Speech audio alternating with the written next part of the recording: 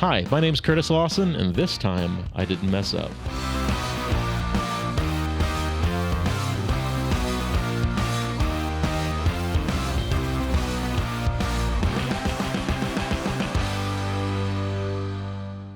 Hey friends, welcome back to the Your Project Shepherd podcast. We had a big win that I wanted to share with you guys, which is the exact opposite of the $3 million fail that we talked about just a few weeks ago. If you'll recall on that episode, and maybe I can get Francis to pop a link on the video to take us back to that one if you didn't see it. Basically, I lost a $3 million project that I was feeling really good about because I broke my process. I got pressured by a designer to send a proposal to them and to the client without having the chance to sit down with the customer to review the details of the proposal. And they had two other proposals they were comparing mine to, and those were not apples to apples, but I had no way to explain that because I didn't get a chance to sit down with them and review it. And so they went with the much cheaper proposal. And that was a bummer, and you can go back and listen all about that, and I cried and whined about it for a while. But like I teased a minute ago, I have a win that was almost the exact opposite of that situation. Now, I still didn't get the project, but, well, at least not yet. I still might. But I can still call this a big win because I was able to educate the customer and prevent a potentially bad situation for them. So just like in the first scenario, I got a set of drawings from an architect that we do a lot of work with, great set of drawings, but it was just a conceptual drawing, not fully developed at this point. The client was really just trying to make a go, no-go decision based on this set of drawings and this kind of first pass estimate. So they were meeting three contractors. I actually know both of the other guys, and we do a similar level of work, finish-wise, price-wise, so I felt really good about being on equal footing with them. So I had a meeting face-to-face with the client to present my proposal this time. Follow the process, so that's good. But in this case, I was actually the only person to schedule an in-person meeting. The other folks just submitted theirs via email, so they did the opposite. They did what I did last time, and they did the opposite of what I did. So I was the only in-person, face-to-face meeting that these people had to review. And the clients were very busy. It was really hard to get a time worked out. In fact, I had to meet them on a Saturday morning, which I don't usually do. But I was determined this time not to break my process. I said, Curtis, you're going to learn a lesson on this one. Stick to your process. So I got in front of them. So we sat down on a Saturday morning, spread the proposal out on the table, and I started talking through it. And I could tell pretty quick from their body language that this was going to be over their budget expectations. So I get to the end of the proposal, and the total was about $750,000. And as I suspected, they said it's really over where they needed to be. So I asked them, where do the other builders come in? If you don't mind me sharing, I like to just ask that. And sometimes the homeowner will give me the information, and sometimes they'll show me the proposals, and we can compare and talk about it. And they did. They said, yep, here's what they sent. Both these other guys are about $500,000. So that's a big difference. When I'm $750 and they're $500, $250 is a huge difference. So I said, do you, Mr. Homeowner, Mr. and Mrs. Homeowner, do you really think that this can be an apples to apples comparison with this huge delta right here? And they're like, no, you're right. It doesn't seem too likely. It's apples to apples. And I said, well, I know these other guys. I know these builders. They're friends of mine. They were really great quality builders. I wouldn't be mad if you went with them necessarily because they would take care of you. And we probably even use a lot of the same vendors and subcontractors. So something's definitely off here. So let's look at this. So we took a look at what they sent, and it turns out that one of them didn't even include some of the major scope that I had included. This is an addition project. There's a lot of moving parts, tying in old house to new house. Are we doing all new air conditioning, keeping air conditioning? What kind of insulation are we using? Are we rewiring, new panel, new gas lines? It's like moving all the underground plumbing out of the way. Plus, there was a pool going in, too, so there's a whole nother level of complication there. A lot of things to compare, and when we looked at it, the other guys were not including a lot of the major scopes of work that I was, right? And so the other guy, who I also know, didn't even give a real proposal. He just sent an email over and said, hey, for us, we're usually $350 a foot for this kind of project. And so what the homeowner did was he took the $350 a foot and he multiplied it by the size of the addition, and he came up with that $500,000 number. So at that point, I did two things. I asked them, number one, do you feel good about being able to base your decision off of a price per foot versus a real planned out, thought out budget like I'm providing you? And of course they said, no, not really.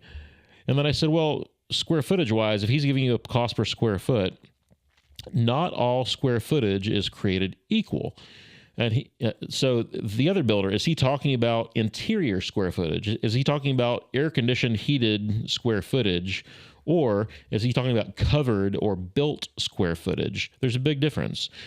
So your AC square footage of the addition is only about 1,400 square feet.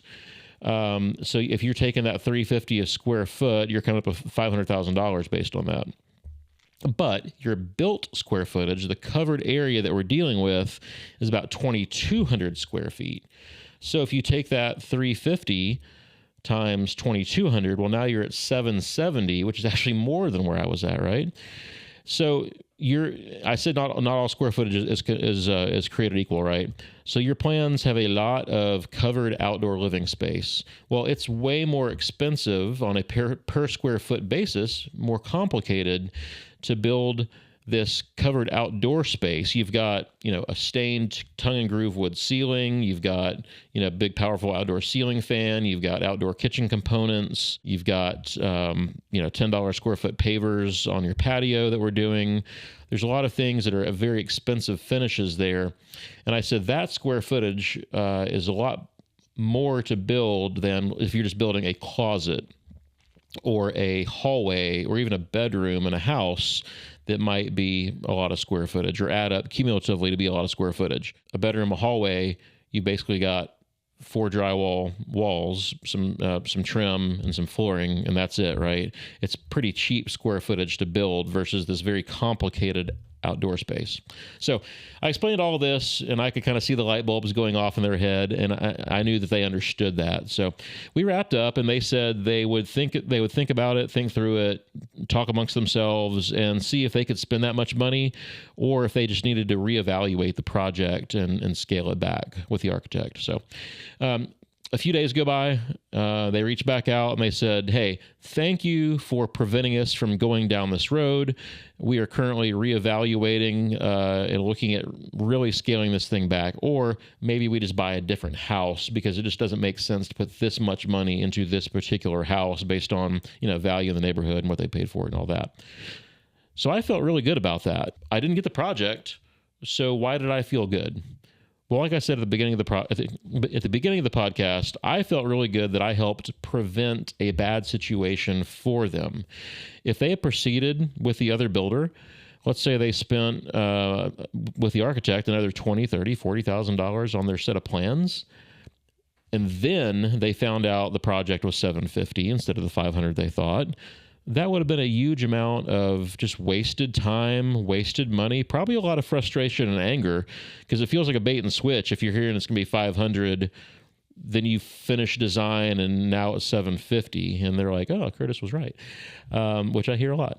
Just kidding. But yeah, so if they had gone all the way through that process and still arrived at that same number, there would have been this huge amount of frustration. So for me, it was a win because I feel like I was able to just save them a lot of heartache and save them a lot of time. And I promise you that they're going to remember that when they scale the project back, or if they sell the house and buy another house and need some remodeling work done. I think that they're going to remember that. I think that they're going to call me back and want to work with us on their next project because we established trust. We showed, we're honest, we're clear, we're very open about what things cost. And that's one of the benefits of having a paid pre-construction situation with homeowners. We talked about this several times recently. We talked about it with Chris Bolio a lot here a couple weeks ago. Having this paid pre-construction time is just a great opportunity for you to really work through these things with the homeowner to show them this is what it costs to execute your project. And again, like Chris and I talked about, if you're comparing 2, 3, 4 similar contractors who are doing good quality work, similar company types, services, there really shouldn't be that much of a difference. Now, if they had gotten these 3 proposals, this particular client, and we were all, 720, 750, 770, maybe even 699 or 800, to me, that's an acceptable range of variance for that point in the planning process.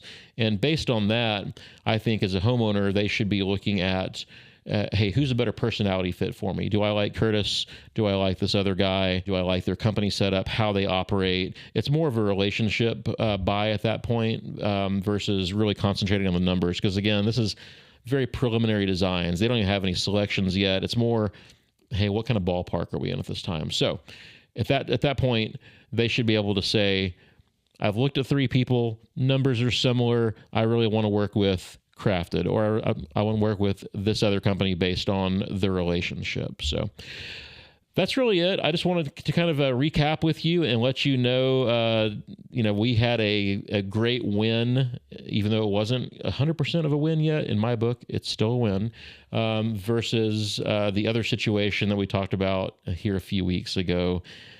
So stick to your process. No, first part of that is have a defined process. This is how we work. This is how we do things.